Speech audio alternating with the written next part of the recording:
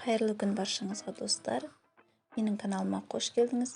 Мен бүгінгі видеода сіздерге ауызда еритін үгілмелі жұмсақ самсаның рецептімен бөліскім келеді. Видеоның соңына дейін қарап, менімен бірге жасап көріңізге кеңес беремін. Және видеоның соңына дейін қарап шығыңыз. Бұл жерде самсаның қытырлақ болып шығуына ерекше фишкалармен бөлісетін боламын. Ең алдымен мен салмасын жасап алдым. Салмасына әрине ет және пияз керек. Етімізді ұсақтап турап аламыз. Өздеріңіздің қалауларыңыз бойынша ұсақтап турап аласыздар. Сосын пиязымызды да ұсақтап турап аламыз. Кішкене май қостым. Қалауыңыз бойынша майды қоспасаңыз да болады. Самсамыз сулы болып тұру үшін май қосқан дұрыс болады. Пиязымызды ұсақтап турап аламыз. Төрт бұрыштап, осылай видеодағыдай.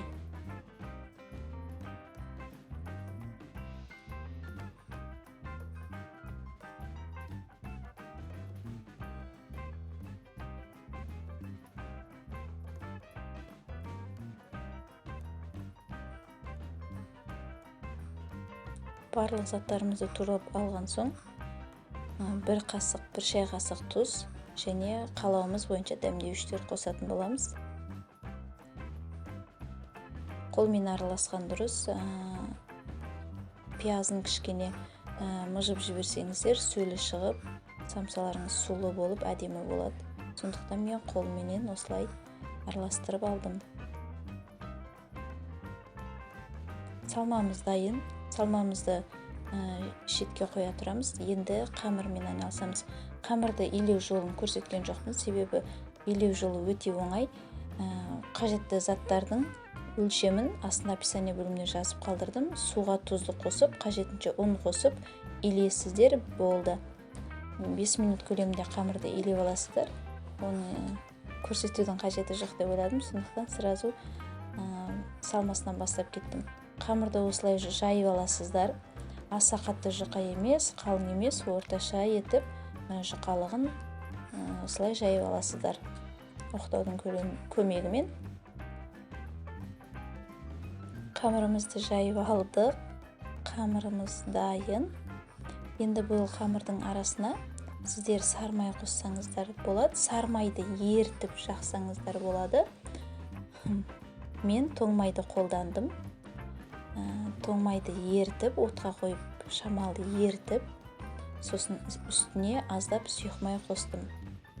Мен ылғи осылай жасаймын самсаны. Ауызда еретіндей қытырлақ болып шығады.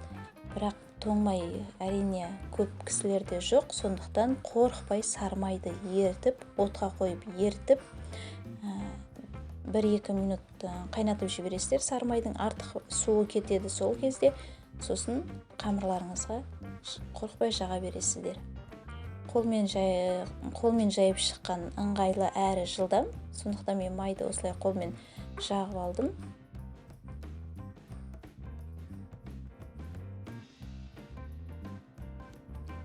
Осылай қамырларыңызға майды жағып шығасыздар.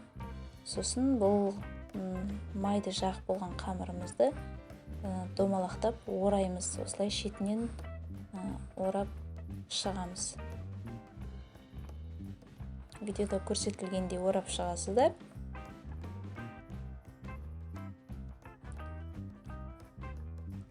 Орап дайын болған қамырымызды қаласаңыздар холодильникке біраз уақытқа қойып қоюға да болады, бірақ қоймасаңыздар да болады. Мен өзім холодильникке салып отырмаймын, сразу жасай беремін.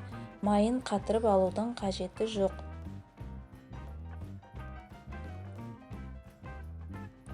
Қамырымызды орап алдық. Дайын қамырларымызды енді ұсақ бөлшектерге бөліп шығамыз. Өзіміздің самсамыздың көлемі қандай болғанын қалайсыздар, соған қарай бөлесіздер. Үлкендеу самса жасасаңыздар, көлемін үлкендеу, ұсақтау жасаймын десеңіздер, осылай ұсақтау кесіп шығасыздар.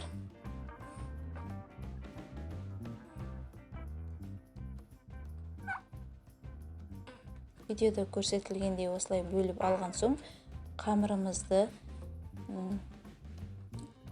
жоғарыға қаратып, кесілген жағын жоғарыға қаратып, үстіне басып, оқтаумен жайғанда ыңғайлы болу үшін осылай басып шығамыз. Кесілген жағы асты үстіне қарап тұру керек.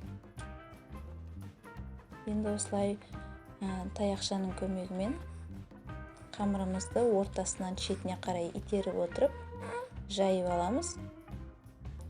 Аса жұқа емес, қалың емес, осылай орташа жайып шығасыздар. Мұнда менің әрине көмекшім, үнемі қасымда көмектесіп отыратын. Жайып алған қамырларымызға салмамызды салып, қажетінше салмамызды салып шығамыз.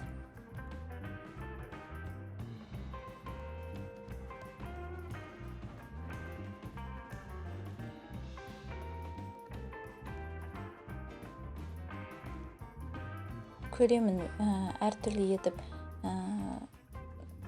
түйіп шықсаңыздар болады. Мен тек 3 бұрыш етіп жасадым және 4 бұрыш етіп жасадым. Жабыстырудың қажеті жоқ, қамыр өзі нәзік болып тұр. Табаға салған кезде өзі асты жабысады. Суы ағып кетпейді, қорықпаңыздар.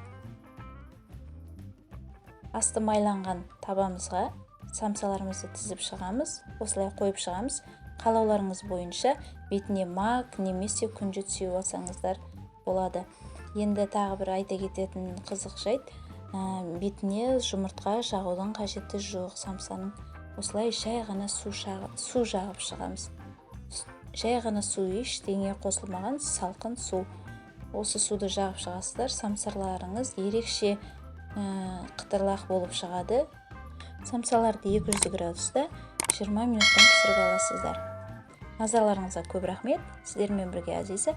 Дәл осы рецепт бойынша жасап көріңіз. Сізге ұнайды деген үміттемін. Келесі пайдалы видеоны өткізе алмау үшін каналға жазылып кетіңіз.